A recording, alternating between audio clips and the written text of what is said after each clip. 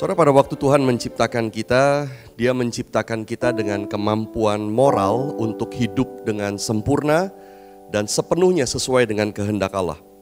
Tetapi kita sudah kehilangan kemampuan itu karena kita semua berdosa. Maka sejak kejatuhan Adam ke dalam dosa, tidak ada orang yang bisa hidup dengan benar apalagi sempurna di hadapan Allah. Saudara, kalau kita berpikir bahwa kita bisa melakukan sesuatu yang diterima sebagai kebenaran di hadapan Allah, maka kita salah. Allah menuntut kesempurnaan, dan kesempurnaan itu berarti tanpa noda. Kalaupun saudara hari ini kita bisa hidup sempurna tanpa dosa mulai hari ini, saudara, kita tetap tidak memenuhi standar Allah karena dulu sudah ada dosa yang pernah kita lakukan.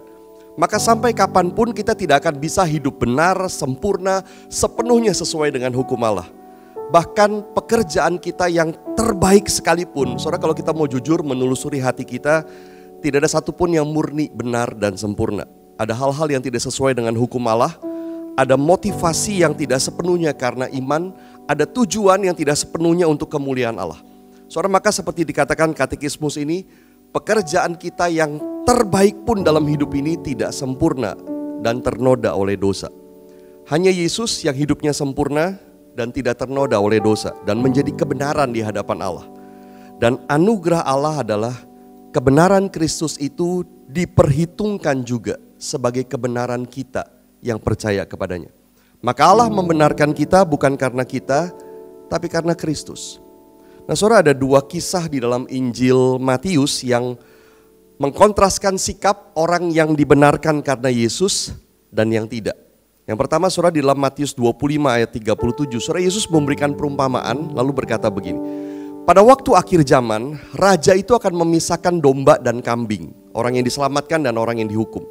Dan raja itu akan berkata kepada orang-orang yang diselamatkan itu, terimalah kerajaan yang telah disediakan bagimu, sebab ketika aku lapar kamu memberi aku makan, ketika aku haus kamu memberi aku minum, ketika aku seorang asing kamu memberi aku tumpangan, ketika aku telanjang kamu memberi aku pakaian, ketika aku sakit kamu melawat aku, ketika aku di dalam penjara kamu mengunjungi aku. Saudara, itu semua perbuatan-perbuatan baik.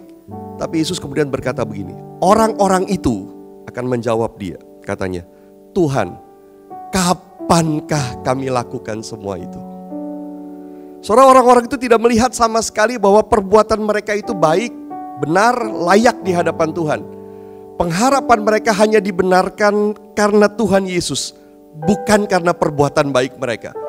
Tuhan, kapan kami lakukan semua itu, kata mereka.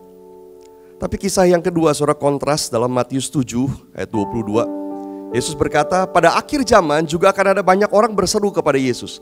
Tuhan, Tuhan, bukankah kami bernubuat demi namamu, mengadakan banyak mujizat demi namamu juga? Pada waktu itulah, kata Yesus, aku akan berkata, aku tidak pernah mengenal kamu. Saudara, lihat apa bedanya. Orang-orang itu melihat perbuatan baik mereka sebagai kebenaran dan layak di hadapan Tuhan. Padahal tidak ada satupun perbuatan baik mereka yang diperhitungkan sebagai kebenaran di hadapan Tuhan. Sementara orang-orang yang sungguh dibenarkan karena Yesus, mereka hanya berharap kepada Yesus. Mereka tidak berpikir bahwa perbuatan baik merekalah yang membuat mereka dibenarkan. Dan justru itulah yang menyenangkan bagi Tuhan. Saudara, dan bukankah ini adalah anugerah? Bahwa Allah membenarkan kita bukan karena perbuatan baik kita, tapi karena kebenaran Yesus diperhitungkan sebagai kebenaran kita. Kalau bergantung pada perbuatan baik kita yang tidak sempurna dan ternoda oleh dosa, tidak ada satupun dari kita yang akan dibenarkan. Saudara, maka adalah anugerah ketika Tuhan melihat bukan perbuatan baik kita, tetapi kebenaran Yesus yang diperhitungkan sebagai kebenaran kita.